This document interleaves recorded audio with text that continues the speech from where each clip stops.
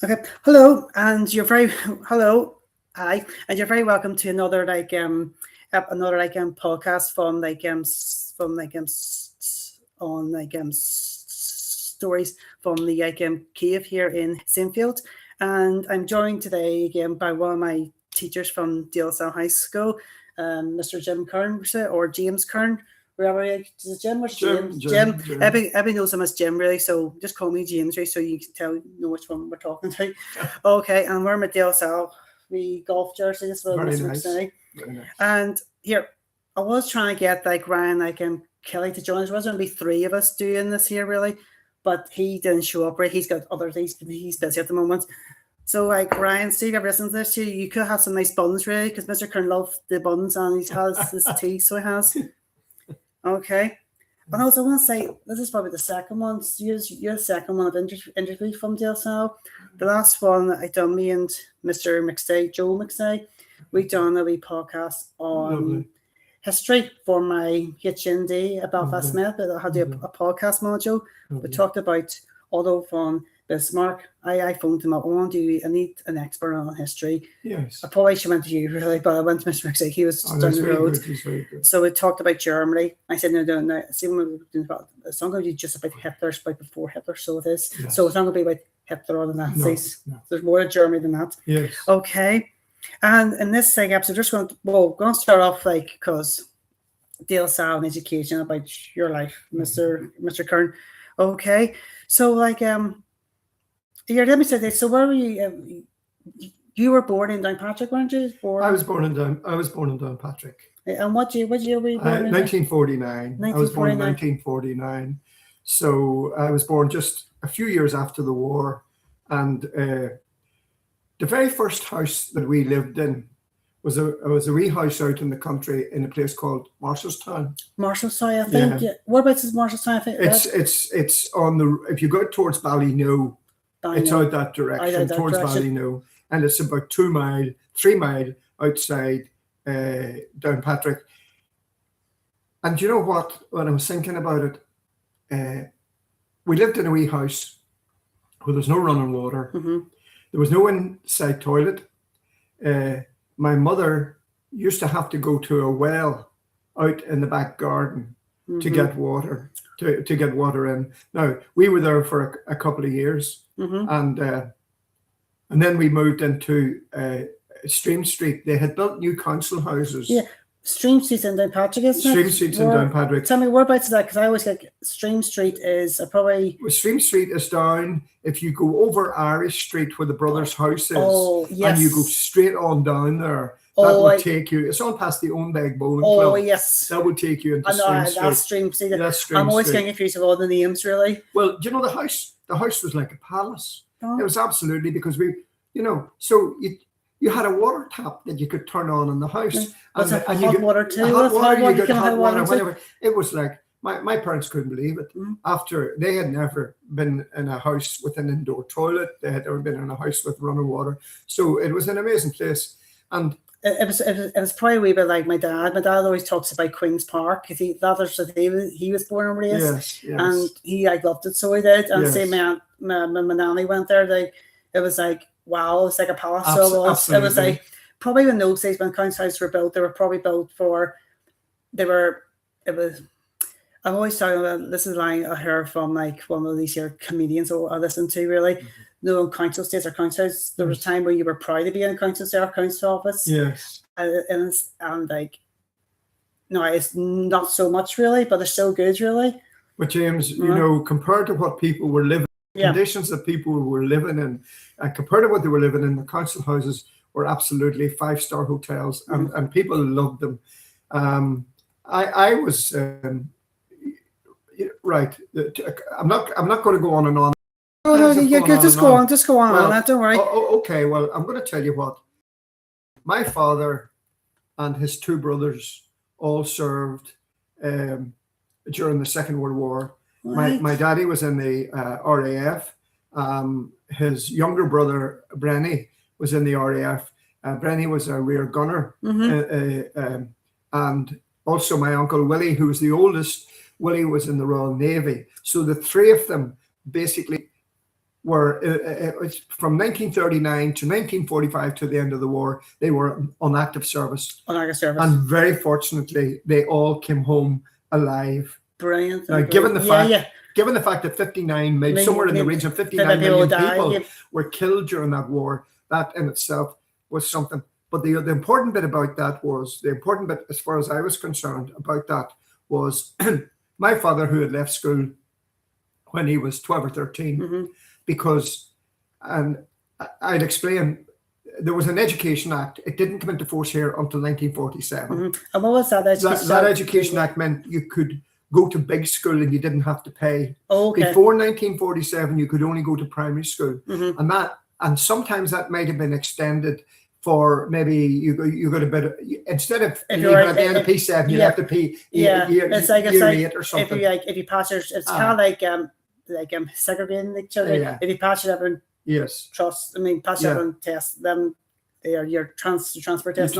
Yes, but there was no transfer test then, because there was the Education Act. The 1947 Education Act actually brought the transfer test in, but the 1947 Education Act meant that Catholics, particularly Catholics in the north of Ireland, had a chance to go to big school to get an education.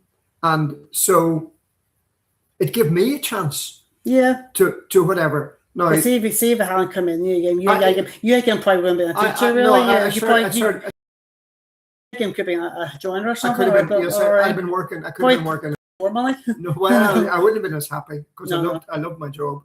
And the other thing about it was that they asked, once upon a time, they asked Bernadette Devlin, she's Bernadette McAliskey now, the civil rights leader in the 1960s here. They asked her when the civil rights movement started, and they all expected her to say that the civil rights movement started in 1968 or 69. She didn't say that. She said it started in 1947 with the Education Act, because Catholics got a chance to get educated and to move on. And that, and I mean, that was hugely important. Because like back when the petition, where the North was always seen as a Protestant heaven, and the Catholics were seen as second class, really. Because I remember my dad's like that, my granddad, who I never met, Catholics were kept very quiet. No one knew you were Catholic until in the job market. If they found you were Catholic, say they had to make cuts, you were in the job market. In the job market, you were very, very seriously disadvantaged. I found out that my granddad actually they used to work for the Ulster bus, so he did. So he would understand. He would have understood that. But what I was going to say to you, the thing that I found really important was my granddad, my mummy's daddy, Frank Cunningham, who couldn't read or write, by the way, and because he had never really been at school. And of my 4 grandparents, both on my daddy's side and on my mummy's side, there was one person that could read or write of the 4 of them. Her name was Mary Murtagh. She was Mary Murtagh to her own name, and Mary Cunningham to her married name. And she was the only one who could read or write. But here's a strange thing that happened. My granddad was a coal man. He worked on a coal lorry. He worked on the lorry. He didn't drive the lorry. He worked on the coal lorry, carrying all his life 10 stone bags of coal. And it was hard work. And he would have come, and there was a big family. I think there was 10 or 11 in my mummy's family. And he would have come home in the evenings after a day carrying 10 stone bags of coal, and he would have been covered in coal dirt.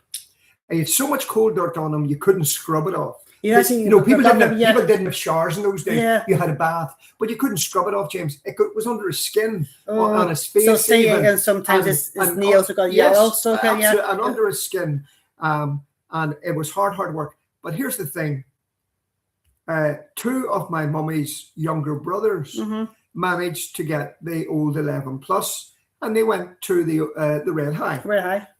And one of the boys did well for himself. He managed, which was very good for working class boy. He got 2 A levels. And he did go off to the Queen's. Well, he got a job in the civil service in those days. He got a job in the civil service. Another thing was, I heard, if you get into civil service, that's you for life. So this was in the 1950s, and he was working up at Stormont. So he would go out of the house in the morning wearing a shirt, tie, suit. He came back home in the afternoon or at the end of his day's work. He looked as if he hadn't done any work at all. And he was earning more money than his father, who was out coals. on the coal. So you're figuring out, my mother was she was figuring this out. And she thought, the difference is my brother got educated and my father had no education. Education is the difference. Yeah. And James, that's why it was, because. And I think that's why it's so important to be educated. You don't have to go off to university, or even if you get up as far as like GC or A levels, really, and then you decide what you want to do, but just so that you've got some, and also important, also have education, but also important to have some common sensory or some initiative. So like if you're like so say if like you say to me, say if I was a teacher, really, and I was like, my subject was history or something, and you need some help, I'm free period. You say, hey James, can you help me out today? Really, you're free period, I'll come help. Whereas some people today might say no, like I'm just doing. And I get that there's some of like who I work with are still like that today, really, younger or even older, really. And see, when it's important to be educated, I was like, there's sometimes I like ones I work with, really, I get a feeling they were good. They done very they went to Del Sal and they were very good. But sort of I'm thinking maybe someone maybe messed around, really, and they still like see when they get older, they're still kind of in that mess around state, in that zone, and you don't know if it's because of them or you just don't know, really. You just don't know. Well, James, I would go on to say then what happened was I didn't get the 11 plus. Did you not? I thought you did. I didn't get the 11 plus. I didn't get the 11 plus. But I was pretty good in primary school. I was expected to get the 11 plus, but I didn't get the 11 plus. Was this like nervous or something? It was one of those things. Nope. So the brother at the time, I'm trying to think of the brother's name in P7. He came to our house and he said to my parents, he deserves a chance to go to the grammar school. So how it worked was that in those days you could pay to send your son to the grammar school. There were so many places where you could pay a fee. Now, I never ever figured out how my mother was a cleaner, my father was a postman, where they got the money to pay to send me to the grammar school, but they did. Yeah, but they probably had to maybe make cut somewhere. And do you know what? I was very lucky because at the end of my first year at the grammar school, I got a thing called the entrance exam. Now, the entrance exam was another exam you could do at the end of your first year at the grammar school. And it meant if you were able to pass the entrance exam, then I think it was called the entrance exam. I'm not sure actually what it was called now, to be honest. But what it simply meant was you got a scholarship. So my parents only had to pay for a year. And then I got a scholarship. And so I was in the grammar school. And I was able then to go to St. Joseph's College. It was called Trench House at the time. Oh, is that the training college? Training college. It's now St. Mary's University. Or whatever. Okay. But I got a chance to go there, and I got a chance. My subjects were history and English, and I lived up in Andersonstown during the middle of the Troubles. Horrendous. Oh yeah. Absolutely horrendous. And then did you witness anything? Look, what did I tell you? In my second year, 1972, there were two boys or two students, trainee teachers in my class. One called Frank McGuinness and another guy called Joseph McGee. And they were down visiting friends in the Lower Falls area. And they were just down visiting friends. And they come out of the house where they'd had a cup of tea or whatever. They come out of the house and the army opened fire on them. But like by accident, or yes, was it? It was in this case. Probably, or did they get a tip off or something? It was by there was a gun battle going on, and these fellas just inadvertently, when they come out of the house, as far as I'm aware now, so I have to be careful. But they were absolutely totally nothing to do with anything. No, they were just students. Of course, they tried to blame them. After one of them was shot dead, Joseph McGee was shot dead. The other boy, Frank McGuinness, was seriously wounded, but he recovered. Yeah. And eventually went on. And also, like, see for him, have a teaching career. Yeah, see for his life and also his family. That'd be a trauma. So James, it was horrible, absolutely and totally. And for 5 years, the army insisted that these two very innocent students tried to insist that they were gunmen or whatever, rubbish. Yeah. And in 1977, they actually had to apologize and make a statement saying these people had nothing. Yeah. They just got caught. They were in the Yeah. wrong place. Because I have heard there was other people who have heard about Yes. And that's tell me what they happened. just got caught in the wrong time and they just were accidentally. Yes. So I was think, lucky. see if they, I can just go back, see with the Troubles, that's what I think, see war, and I think another argument with the Troubles, it holds back a country's development, really. It does, because in absolutely dreadful. Now, and so my first teaching job was a temporary teaching job in the Convent of Mercy, teaching a P5 girls class. Convent of Mercy? That was in Downpatrick. Oh, yes, that's they used to St. call Like Mary's? Yes, they call it the nun school. It was the wee school I was teaching in the primary school. I taught a P5 class for 3 months.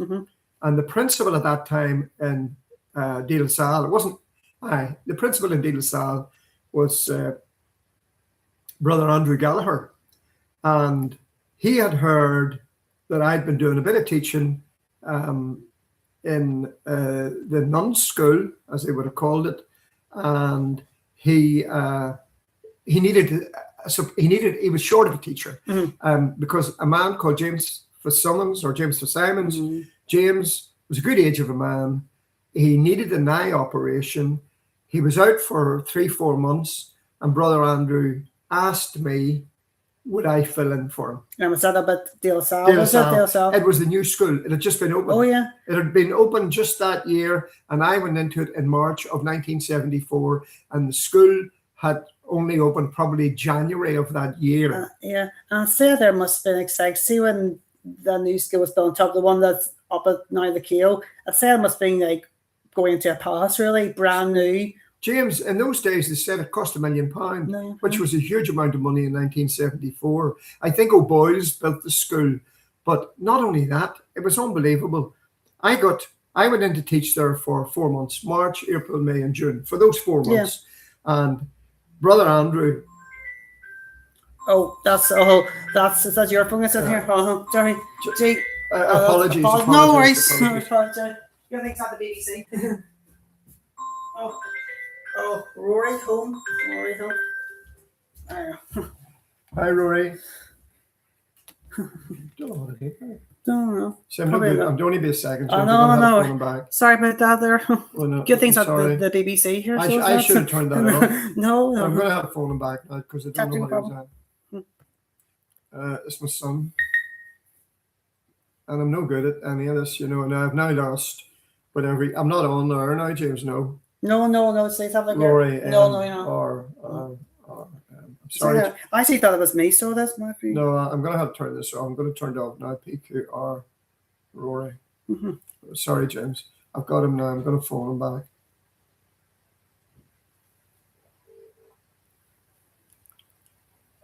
Hi, Rory. Were you looking for me?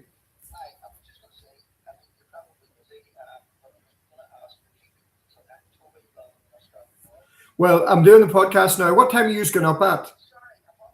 No. I'm with James now at the minute. No, you're all right. Okay, no problem. All right. Sure, you leave him up and just say to Mum you're going to leave him up, all right? All right, thanks a million. Thanks. See you later. Bye. I don't even know how to turn that off. How do you turn it off? Turn it off. Turn it off. Turn it off.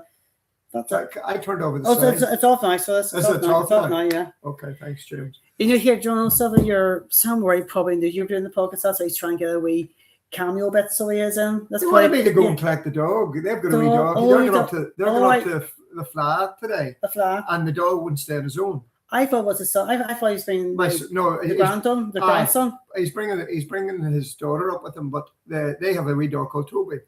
Toby will not stay in the house on his own. So he gets left up to me. All right, okay. He needs people. So Rory wanted me, but it's funny. You see, if Rory leaves him up to me, he knows that Rory's leaving him, and he goes mad then. Yeah. So I usually call it and collect them. Sorry, James. No, you go and talk about that because see with having dogs is kind of like also see with us having Maddie, it's kind of like having another child. And also see with Maddie and somebody they like being on their own really, but they don't like being away for too long. Too you long, you did I for a know. couple of hours. A Yes. couple of hours is fine, but see if it's Yes. all day, you had to come in and see to them. So Yeah. because they sort of know really, They do know. and they know. Even when my sister bought her dog, she knew that there's another dog. She could smell it really, and she was like, she just knew see from her eyes really. Yeah. And see when my sister brought her wee dog down to meet her, it was kind of like maybe brother and sister. See when you bring like brother and sister meeting the first child meeting the second child. Yeah. It's probably a wee bit like that there. Who's this? I say like that there. But see my sister, see my our dog, my dad always joke she's going to go to Assumption. She's Assumption dog. I have talked about her wee dog. So my sister went to Assumption. Yes. But my husband, her husband Rory, he went to Knock. So Yes. I don't know, maybe controversial there. Sorry, Knock or Assumption. Don't know where she's going to go Very to. good. Okay. Right. I will start by. We're talking about there again. We're talking. Lost like track there, so that. I'll tell you. I just need to get my head back around where we were at. I was talking about the new school. Yes. Yes, about new school. about the new school. Are we on again, James? Yes, we're on. We're still. Okay. I didn't even stop it there, that's so okay. I just left it there playing on let there. it go on. So we're and the new school. It was amazing, and believe it or not, I couldn't. The thing is, the numbers were huge. We had 600 pupils at that school. It's the biggest number. They were coming from Carryduff and coming from all over to go to the school. Yeah. Now, because I can remember when I was there was a fella who travelled all the way from, I think it must have been Carrickfergus. Yes, yeah. He got the bus route. I always used to see him. I probably should have got to know him. He was like, I was over the word on him, so I was probably, but that senior teenager just kept quiet, so he did. Well, I mean, when I left the school, the numbers had dropped to about probably just over 300 from 600. So we had was everybody just going somewhere else really? I don't know what was going on. I don't know, but probably you could go to there were other schools then that you could have gone to as well. But the reason and anyway, to get back on track, what actually happened was Brother Andrew at the end of 4 months. In those days, it was completely different. He came to me at the end of 4 months, and he sort of said that he'd liked what he'd seen and he'd liked the effort I'd been making. He said, Jim Fitzsimmons is not coming back. He's taking early retirement. He said, there's a full-time job here in September. Would you like it? And I said, brother, that'd be great. So no interview, no nothing, no whatever. Brilliant. And I just started. And I started in the job. And you know what? I was there for 40 years and I loved it. And just a couple of things. Feels like longer, 40 years. Because I remember 40 years. Because I started in 2000, and you always said you were going to retire when I hit 50, really. But you carried on for another 15 years. I mean, I really have to say that I love being in the school and the whole thing about it. A couple of things I was going to say. I'm going to tell you a funny story first. Yes, go ahead. I'm sort of going to cut in and tell a funny story. Yeah, go ahead. This is I was always in early in the morning. I would have always been in about, say, maybe 8:30. And I always left my briefcase in the same place in the staff room. Left my briefcase, then just have a cup of coffee, then gone down to my room and got a bit of work and different bits and pieces need to tidy up, maybe in the storeroom, maybe a wee bit of extra work to do or whatever. Got everything sorted, get myself ready for the day, get my lessons. I had my lessons ready from the day before, but get everything ready. And then come back to the staff room and get my briefcase. And that was okay. Come back, got my briefcase, whatever, into my room. Now, my briefcase is one of those briefcases you've got the wee combination locks. Yeah, combination locks, yeah. So I never used the combination locks. I had always 00, 30, zeros. I always keep it the 00. I'm having a suitcase, really. And that's what I did with the zeros. So it goes to open it. Wouldn't open. Couldn't get it open. I think, what's going on here? See, I had, when I came into my form room, because of the form class, I'd been in the store. And I thought the boys had been messing about with the combination. Combination. So I was blaming them. Yeah. I was blaming them. Just winding you up, really. I was blaming them. I was really annoyed. I was blaming them. So I took the case. I couldn't get it open. So I took it over and all my lessons, everything in it for the day. I took it over to Jerry Burns, who was a technology teacher. And I says, Jerry, what am I going to do? Well, Jerry said there's a place in Belfast that they could do it for you. They put it on a machine. I said, Jerry, I can't go to Belfast. I said, I have all my lessons in it. I need the case open. I need to get it open. He said, there's only one thing we can do. We'll have to take a hammer and a chisel and bust the lock. He said, just bust it open. So this kid's not standing around. Jerry takes the hammer and the chisel. Bang, bang, bang. He hits it 4 or 5 bangs. Up it pops. And I'm looking in. And I'm thinking, God, that's a bit strange. There were books in it that weren't my books. In fact, there were quite a few maths books in it where I was teaching English. Nobody here. So I thought, what's going on here? I didn't say anything to Jerry.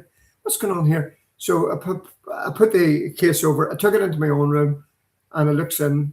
And of course, I realized it wasn't my briefcase. It was an identical briefcase to my briefcase.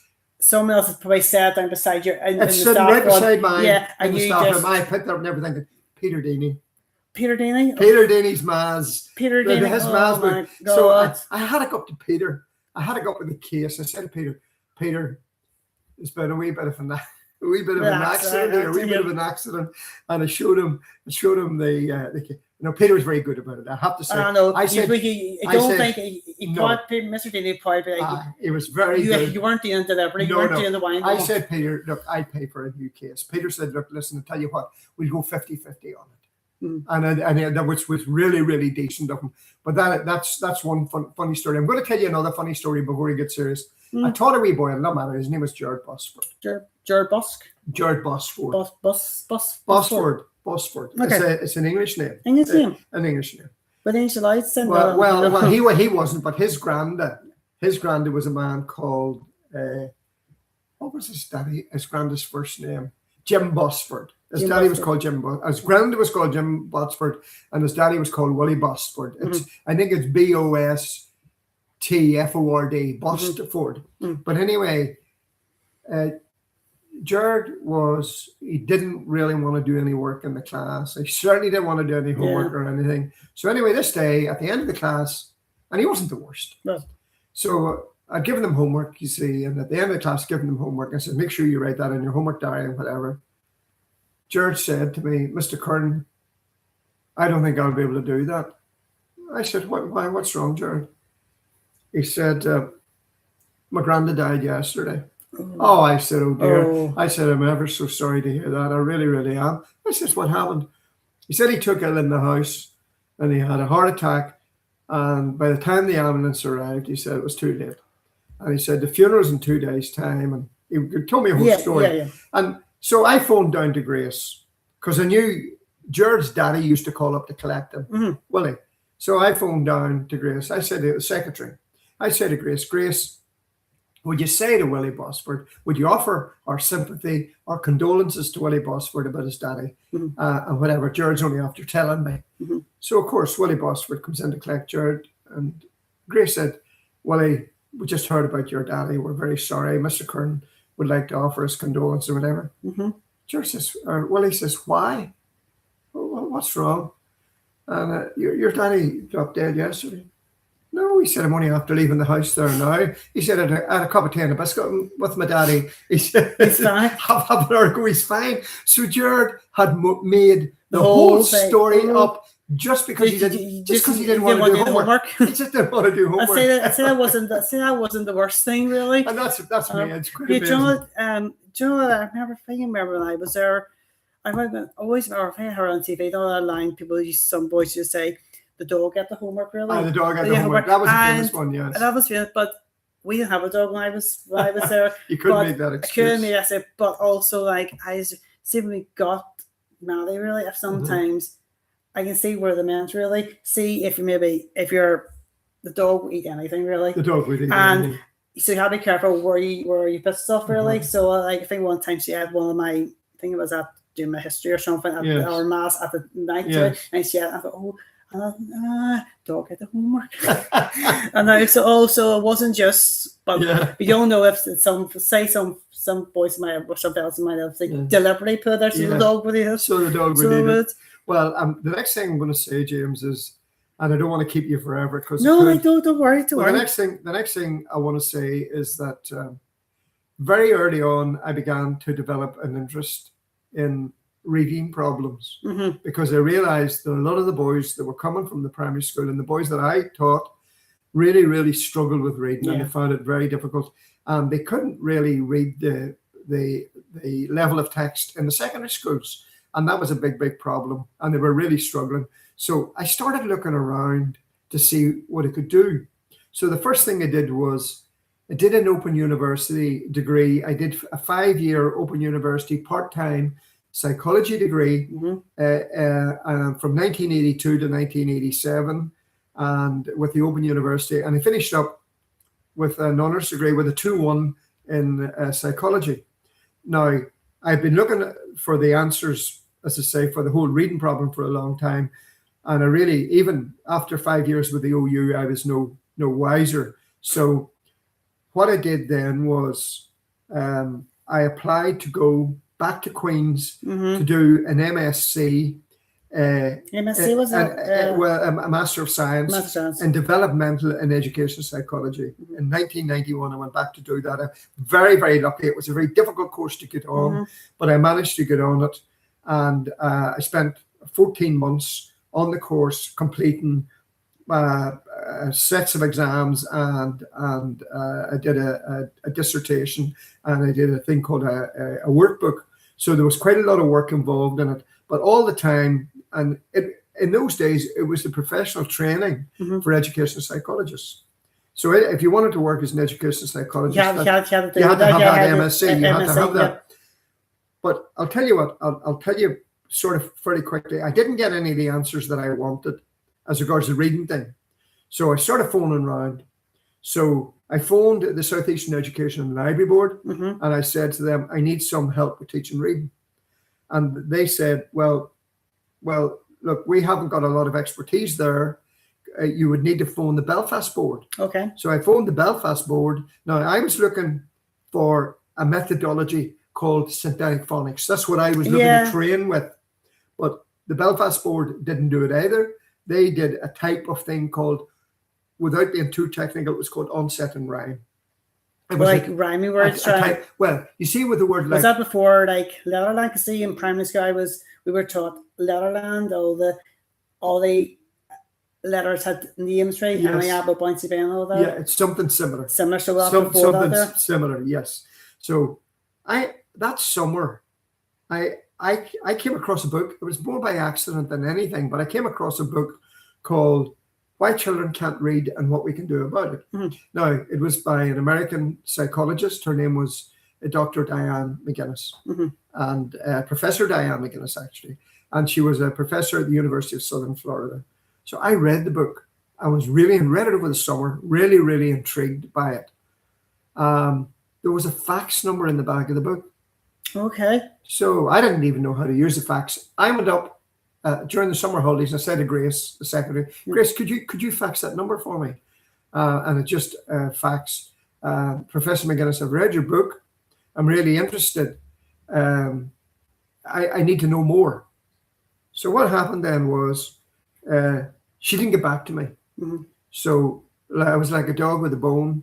2 weeks later, back up again, Grace, we'll have to fax her again. This time she did get back. Okay. She said, I will be at University College London in October. I will be training some people how to use they call it phonographics. They're American methodology. Synthetic phonics. Is this something you also taught this is after Letterland, it's more deal with the signs. Yes. See, when we were there, it was all about breaking the letter up, word and chunking it and sounding it out. Yes. So, like say sh. Yes. Blah. Yes. That's exactly what was happening, because there's a code, we call it the code, the alphabetic code, and the code in English is very complicated. In fact, it's so complicated. If I sort of digress a bit now, but if you were in Finland and you were learning to read, very, very easy. There are only 23, that's all, letter sound correspondence. It's 23. Yeah. That's all. Finnish children learn to read even before they go to school. Finnish children don't go to school till they're 7, but they learn to read before they go to school. Yeah, they've got the basics. It's easy peasy, lemon squeezy in the Finnish language. They talk about sometimes the depth of a thing called the orthographicacy. That's basically the alphabetic system and how it works. In English, in the English language, there are, believe it or not, 2,000 sound to symbol correspondences, which makes it hugely complicated, hugely. They always say that Einstein was a dyslexic, and that I think he was born in Geneva in Switzerland. Yeah, Einstein was Austrian, wasn't it? No, it could, yes. Oh, Geneva, Switzerland. Yeah, I'm thinking of Switzerland. Well, I'm not, but all I know is he quite moved over to Austria. So he was dyslexic. Yeah. And they said if he had been born in England, he might never have learned to read. It was so complex that as a dyslexic person, he might never have learned to read. But anyway, I managed to get on the course with Professor McGuinness, spent 8 days in London training. It was fabulous. I learned a lot, and I began to use it when I got back to school. And you have to work at it. You have to make it your own, basically. Yeah, like I remember that. You have to make it your own. You have to, and you know the thing about it is, I met so many. You have to sort of apply like the place you're working at or your surroundings. Yes, absolutely. To try and make it interesting for the boys. You have to make it. You have to contextualize it. Yeah. So, I met a lot of people there. I met a lot of people, very interested people in the training course, who were teachers and psychologists, and some parents even on that training course. And together, we got together and we formed a group called the Reading Reform Foundation. And I sat on the committee of the Reading Reform Foundation, which was based in Oxford in England. And I sat on the committee for 15 years. Okay. And we used to have a conference every few years over at University College London. We would have had a conference. And I spoke at the conference in 2009. I spoke again at the conference in 2011.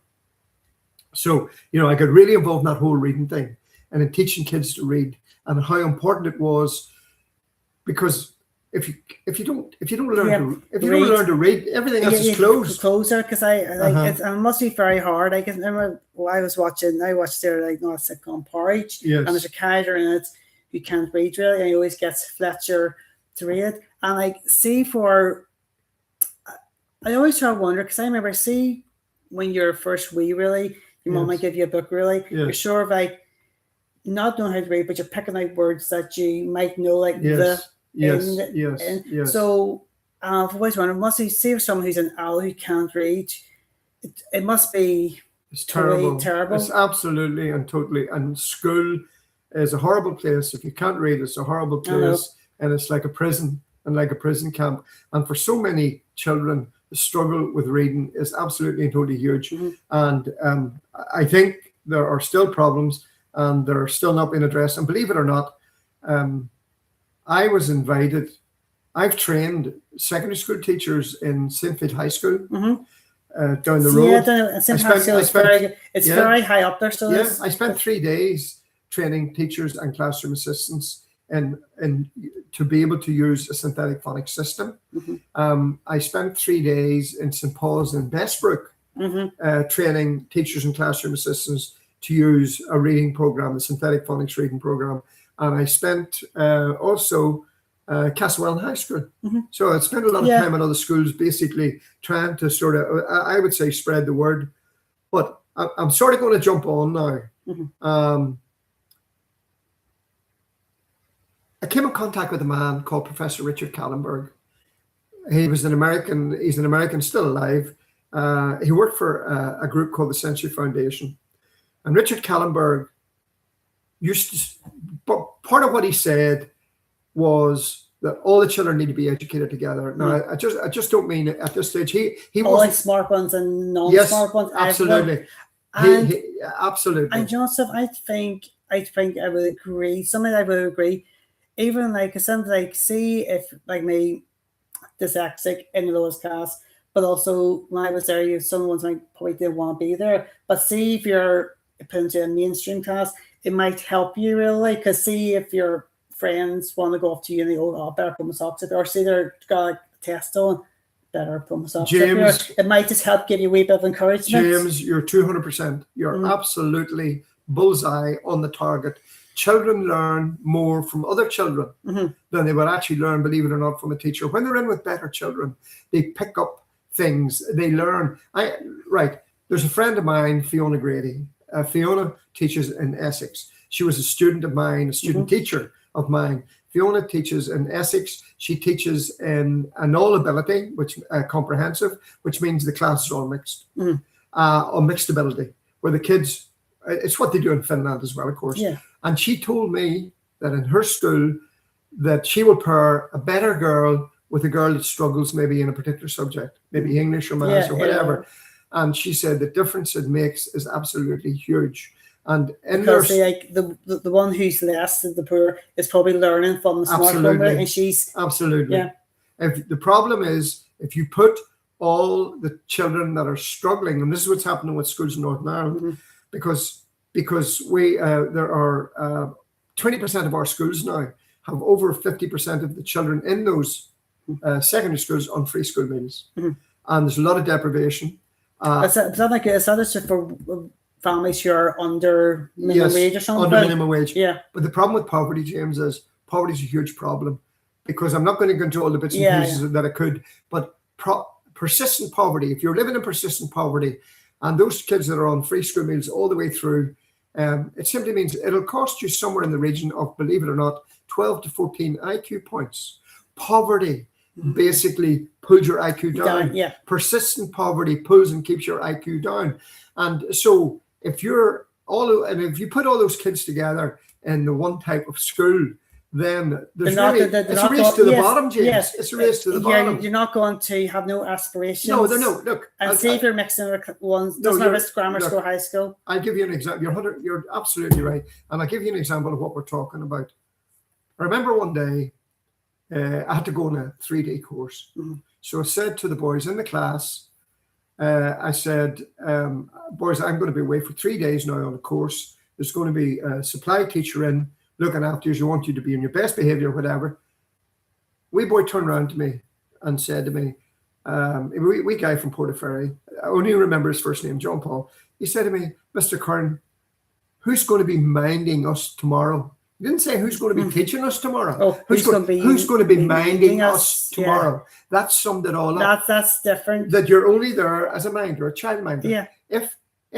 And some boys don't want to learn. And it's where they're coming from. Yeah, but it doesn't matter if they're like their families. Maybe look, it James, doesn't matter. That wee boy used to say to me, John Paul used to say to me, the only reason I go to school, Mr. Curran, is because my granny nearly got put in jail because my uncle didn't go to school.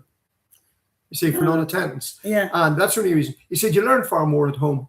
The problem with the situation we have now at the minute, and the problem we had with the situation, the big problem was there are boys in those classes, like yourself, there are boys in those classes who want to learn, who want to get on. Yeah. But the problem the teacher has is there's so much going on with crowd control and trying to keep whatever that they can't. It's not. It becomes impossible. And that's also why you need to have maybe a classroom assistant there to help boys, take the pressure off the teacher. James, boys need to be in with better boys. I'll give you an example. I'm going to finish with this example. Mr. Deeney decided one year, right, in the old days, we used to do the exams in the classroom, Christmas exams, summer exams, do them in the classroom. Well, I had a particular year 11 group. It was not good. And you doing the exams in the classroom they were just making paper airplanes and throwing stuff about and whatever. It's terrible. Just messing. Terrible, just messing. And anyway, this year, Mr. Deeney said, right, everybody, all the year 11s will be doing their exams in the gym for 3 days, 2.5 days. Okay. In the gym. You go down, and when you come in the morning, you come down with your bag and whatever, and they all had their own seats and whatever. So there are about 75 or 80 boys in the gym, all in rows. So this class, there were 18 boys in it, and they were in the bottom string. And the behavior was always horrendous because he didn't worry about the teachers. So this day anyway, or these for 2.5 days, one summer, they had to sit in the gym to do their exams, their class tests. Do you know what? I was stunned. I was there for the 2.5 days, astounded. Their behavior was almost perfect. Perfect. And because they were out of the classroom. James, the other reason was there were other boys, lots of other boys in that gym who had aspirations, who wanted to do well, who were in to do their best in those exams, and they were not going to have any messing. So if those guys had started to mess about, or even some of them that usually would have messed or caused They a bit of were bother. just- Those guys would have gone over and spoken to them. There were some big guys in that other group, I know. and they would have said, hold on a minute, we're in here to do exams. So they weren't worried about the teacher. But you see, the other thing is, and I did feel sorry for them too, they felt bad enough being in the bottom stream. They felt bad enough themselves about that. But the thing about it is, they were not going to let themselves down in front of their peer group, which was peer group so important. Yeah, and see, because like, see if like your friends are doing well, you want to do well as well. Yeah, they were going to say, James, to them, their worry was that those other boys would have thought, oh, look at those fools, look at those idiots, look at whatever. They didn't want with the peer pressure to make them. And I was amazed, and it let me know. I had a lot of correspondence with Richard Kallenberg, this professor, this American professor, over the years, and I learned a terrible lot from him. And one of the things he said was, it's based on a thing called the Coleman Report. It was called, the Coleman Report came out in 1966. It was a huge piece of work by a man called Dr. James Coleman. He was a sociologist, but it was like 600,000 pupils, 60,000 teachers, 6,000 schools, 750-page report and whatever. And basically what Coleman was looking at, what James Coleman was looking at was, what are the things that help children learn best in school? And he figured it all out quite simply, that one of the best ways you can help children in school to learn is put them in with better children. Once you put them in with better children, it lifts everybody up, even including the better children. Because a good way to learn is to teach. The better children might, we're not, so they don't get, maybe, no. The better children might also say, we have to be patient. There's not everyone's the same speed as I, so have to watch out. And like, some see when I was in De Sal, I was in the M class, and like, I can't go well with the ones. I actually got but some of the boys I was there going, I would still speak to them really, the feeling I see, and I do like worry. Like I remember I saw a fella, one by John Sharpen used to be. I remember this years ago. I always wonder what they're doing. I always say he looks much older now, so does. And there's sometimes I'm this. I can't be grateful for my own life really, but I'm always worried. Like see if I say there's another fella, a few other fellas, and I ask them, here, see me, because I in the MCAT, okay, I always got dyslexic or autism or anything, and I think I sort of knew this answer, but I think I got the answer when speaking to them. Just didn't want to be there really, and I probably fell with that job. Like, see, I just go on and see someone's having me joke about crack with the teacher. I just say that it's good to have me a bit of banter. You have the banter with the boys as well, really. But it's come the time where, okay, no, come on, have to we've got to get the work done, really. I think some white boys just saw it as a it's difficult, daycare center or something. Where they were coming from, and it wasn't all their fault. I know, but they were coming from very, very difficult situations, some of them. And actually, to be quite honest, but some of them school was a better place for them, because they were coming from backgrounds and situations were really, really tough. And getting into school was a sanctuary, really, in a way for them. And also some of them were like that there, but also I think some of the ones, remember one of the fellas, Jim, there, we thought, I always kind of warmed to Rick, and one time in fourth year, you're interested beside me in your class, and great, because I've always thought he could be a nice wee friend, similar interest, really. Yes. And like, he came, and a few of ours came from good families, really, as well. But that's true. Didn't want to learn, didn't want to be there. Look, there are difficult situations. I think there's different. Look, school's going to have to change. The thing about schools, James, the emphasis needs to be on the children that need the help, not to be on the children that are up there. The children that are doing, and believe it or not, I read a book a number of years ago. It was called Cleverlands, and it was about different education experiences in different countries in the world, in 5 different countries. But when I looked at Finland, what they simply said was, what the Minister for Education of Finland said, we need to concentrate on the children who need the help. We do the concentration. We've got it wrong here, because the kids who are doing really well get all the help, and the kids who are whatever, and the kids who are really, really struggling don't get the help they need. And we need to turn it on its head, and we need to give the help to the children that really, really need the help. And I had done a week's work in the classroom assistant in Drumness. Yes. Plus I was up at I was like, could you say like an art technician up at St. Mary's High School before it closed down. Yes. And I was Oak Lakewood. And like I was doing the art, and some of the wee kids came out to help me with. So I was able to, and see if the wee ones, you have to sort of focus on them, do everything all the time. Older people upwards, you have to you go up to your homework and have a bit of banter really with them, tell them what to do. And same I was doing the classroom assistant, I was trying to be, remember Mrs. Hannah and Mrs. Pryor, who was my teacher in St. Colin Kills? Yes. They were trying to get you to think on your, get the P4, try and think on your own really. Yes. Not always relying on the teacher to give you. Yes. So I was helping this wee girl with autism. I think her other fella, other wee girl, I think the table had autism or something. Yes. And they're all very good. Some are very good. And I said, let's see if you sign out the question, what did we do in maths? We done the triangles or example. And some were always asking, what's that question say? Or constantly really. Yeah. But since I was the first week, I don't know, I probably do the same for our training. I don't know how to come on. Like, no way somebody can come on. What's your P4 now or P5? What does that say? Just want to don't want to try really. Yeah. And sometimes I see it in those. Yeah, I said to one of our classmates, you just worry. There's no children learn at different rates. So maybe when they get to maybe first year, better put on my socks here, but some kids don't really. And I see some of that coming through to ASA really. James, you've summed it up very well. Yeah, because there's no interest in anything. When they get behind, the problem with getting behind, James, is that the gap gets bigger and bigger and bigger. That's the big problem. Schools are not doing the job that they need to do to narrow that gap. But I'm going to just say to you, see the finish up. See Mr. Sharf and Mr. Dean took over, and I can't always like to have Mr. Dean as or Miss Lennon really. Just 16, I went back to doing math. Oh, that's it. Because had another guy Coach Sam, he told me I had maths at the Tech. He was brilliant. I remember one time Mr. Richie, I was in Mr. Richie's class. I remember going up to pick someone from Mrs. Clifford really or Mrs. Lennon, and they were reading from textbook, and I'm like, I felt like saying to Mr. Richie, couldn't you do something? But you know how to raise your thing. But the thing about it is, I was going to sort of say to you that I've been very, very fortunate in my teaching career.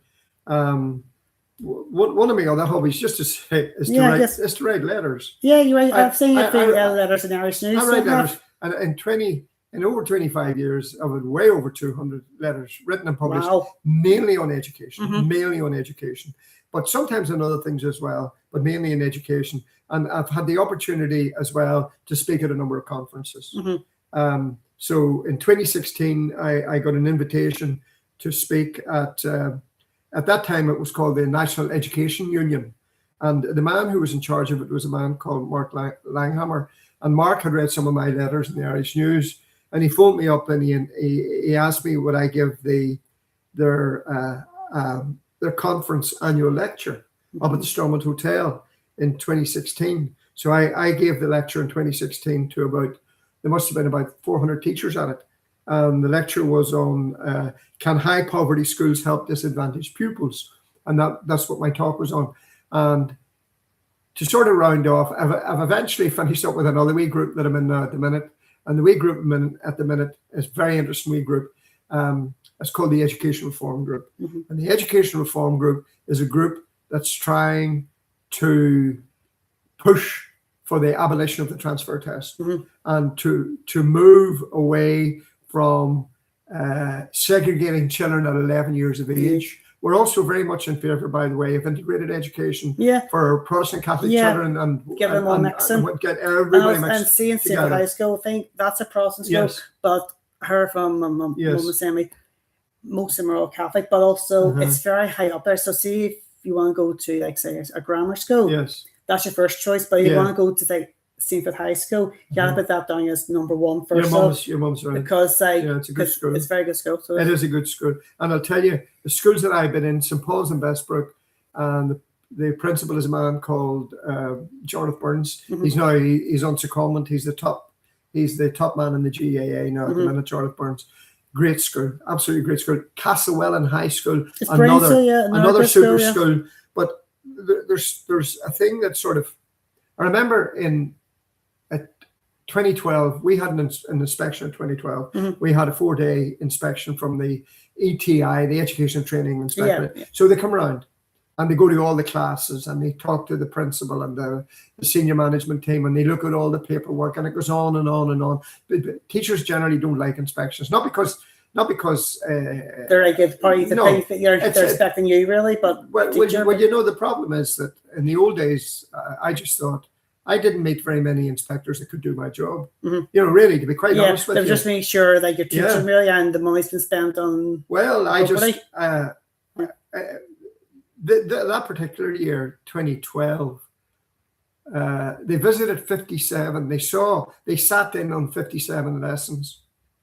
And I remember after it was all over, Barry Sharman told me that in his report that he was told by the lead inspector, that's the man who led the, I'm trying to think of his name, I can't remember, but the lead inspector who led the inspection told Barry Sharman that the worst lesson they saw out of the 57 lessons was rated good or better. There was no lesson of those 57 lessons that fell below good.